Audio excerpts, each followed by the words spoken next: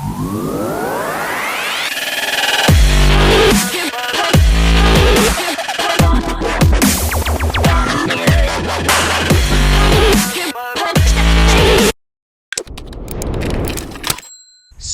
how to jump an RC car? Well, I've got the Latrax SST as my little demo model here, so I can demonstrate the mechanics of what's going to happen when you try and jump your car. And I've got the Arrma Outcast to try it with a bit more power, although this board, I'm noticing straight away, is a little bit narrower for the Outcast. So, I'm not like an expert on jumping or anything, but just to give you some idea on mechanics, I've learned a lot from all my time in the skate park with the various RC cars.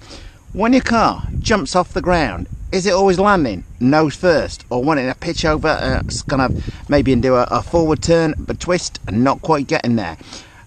That is probably because you're easing off the throttle too much in midair. You've got the rotational mass, the same rotational mass that causes the car to wheelie, the same rotational mass that causes the car to pitch forwards when you brake.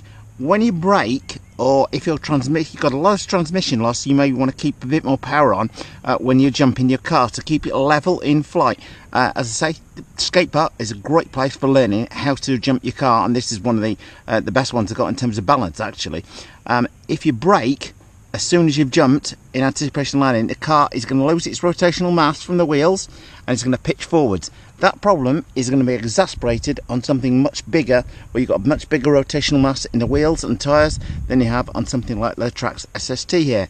The same, if you're landing always on the back end of the car, you're landing upside down, the car's doing backflips or maybe not quite, then it is because you've got too much throttle on in midair. Once the wheels have left the ramp, they're just going to rev around like crazy, which is going to increase that tendency of the car to wheelie, in which case it's going to try and do a backflip.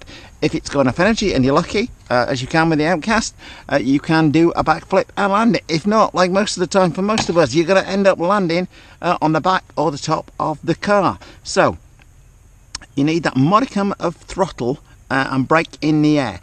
Too much throttle, you're going to land arse down that way. Too much brake, you're going to flip forwards as the back tries to overtake the front, and you're going to land on the nose.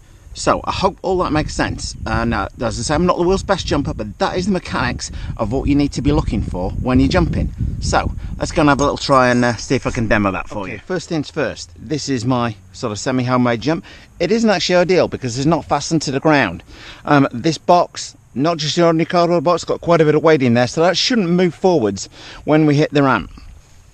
I've rolled it up as much as I can so it doesn't rock around. If you've put it on an uneven surface and when the car hits it, it moves like that, the thing is going to twist, the car's going to twist in midair. You're going to land on the side, you're going to do a half barrel roll, etc. So make sure you jump or learn to jump from a nice semi-stable platform like this. As I say, not ideal, but get in there.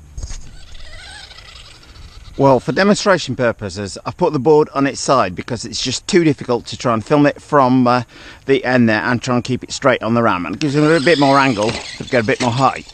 Now, as I say, the Latrax SST, one of the most well-balanced cars that I actually own in terms of the skate parks. One of the most fun to drive. So, if you want a skate park fun, get the SST.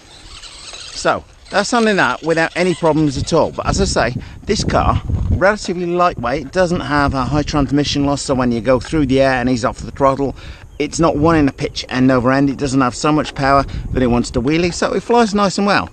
But let's see what the Outcast does. First up, just before I start demonstrating jumping with the Arrma Outcast, I just want to say, I'm not the world's best jumper. That's not the point of this video, to show off my skills or anything like that. It's to show you the mechanics of what the car's doing in midair and what it will do if you give it too much throttle or too much brake. That is the aim of this video. So, on with it. It's a different beast altogether. You've got the 6S punch wanting to instantly wheelie the thing. You've got a lot more rotational mass. It'll even wheelie in reverse in there. 6S power, this thing will do close on 60 miles an hour on a good day. So, just going to take it steady with the jumping, and hopefully we give it a bit better shot. There, you see? I eased off slightly and you could begin to see straight away it pitching forwards on its nose. This time I'm going to actually try and brake mid-air and see what we do. See? Brakes, lands on its roof, straight over, pitch, ideal example. I'm not worried about that landing on its top there because that's exactly what I wanted to do for filming purposes. I braked mid-air, the car goes end over end, bang, like that. You see, that's exactly what happens if you brake too much in mid-air. Well, okay, hopefully that showed exactly what not to do in terms of braking too hard in mid-air. I slammed the brakes on in mid-air, did exactly as I wanted.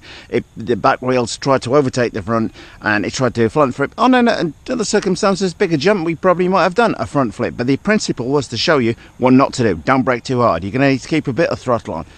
So what about if you keep too much throttle on? You're going to do that. It's going to flip over as though it's trying to wheelie in mid-air. It's going to land on its back the other way, exactly as I wanted it to do. Didn't go right the first couple of times I shot it, mind you. These things never do.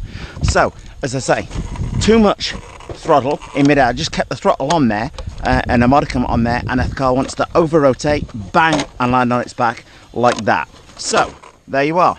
Now you know what not to do in terms of RC jumping. So, let's see if I can nail one good.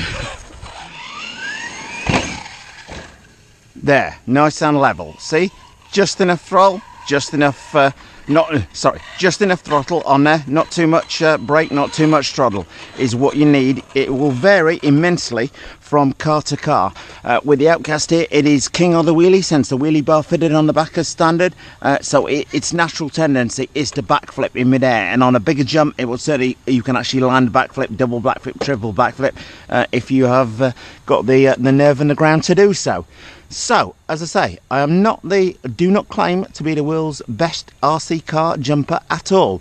This video was done to explain the mechanics of what the car is wanting to do in midair.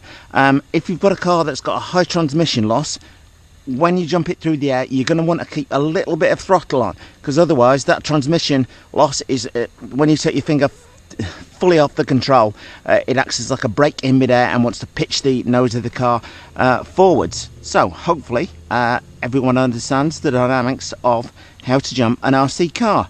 As I say, your jumping surface to learn on should be key. You want to try and get something nice and stable, maybe even a little bit more stable than this. This wants to move forward slightly, and I keep having to readjust that. So it's maybe not the best thing to learn on, but good for demonstration purposes. So, I hope you like this video of how to jump an RC car. I don't claim to be an expert on it, I don't claim to be the world's best jumper. It was to explain the mechanics of what the car is doing in the air, and hopefully I achieved that. You saw what happened when I kept too much throttle on in midair, you saw what happened when I braked very hard in midair. And in both cases, the car landed on its top there. Well, I hope you enjoyed this video. If you did and you want to see more like it, then please do subscribe. Any comments or questions you might have, ask away below, and any tips you want to share, love to hear them as well. Thanks for watching.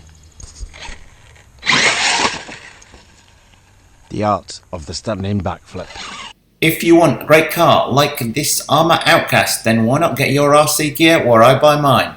F&M Hobby Centre in Flanders, New Jersey. Contact them using their phone number or the email below, and I'm sure they'll sort you out. Thanks for watching, and please subscribe.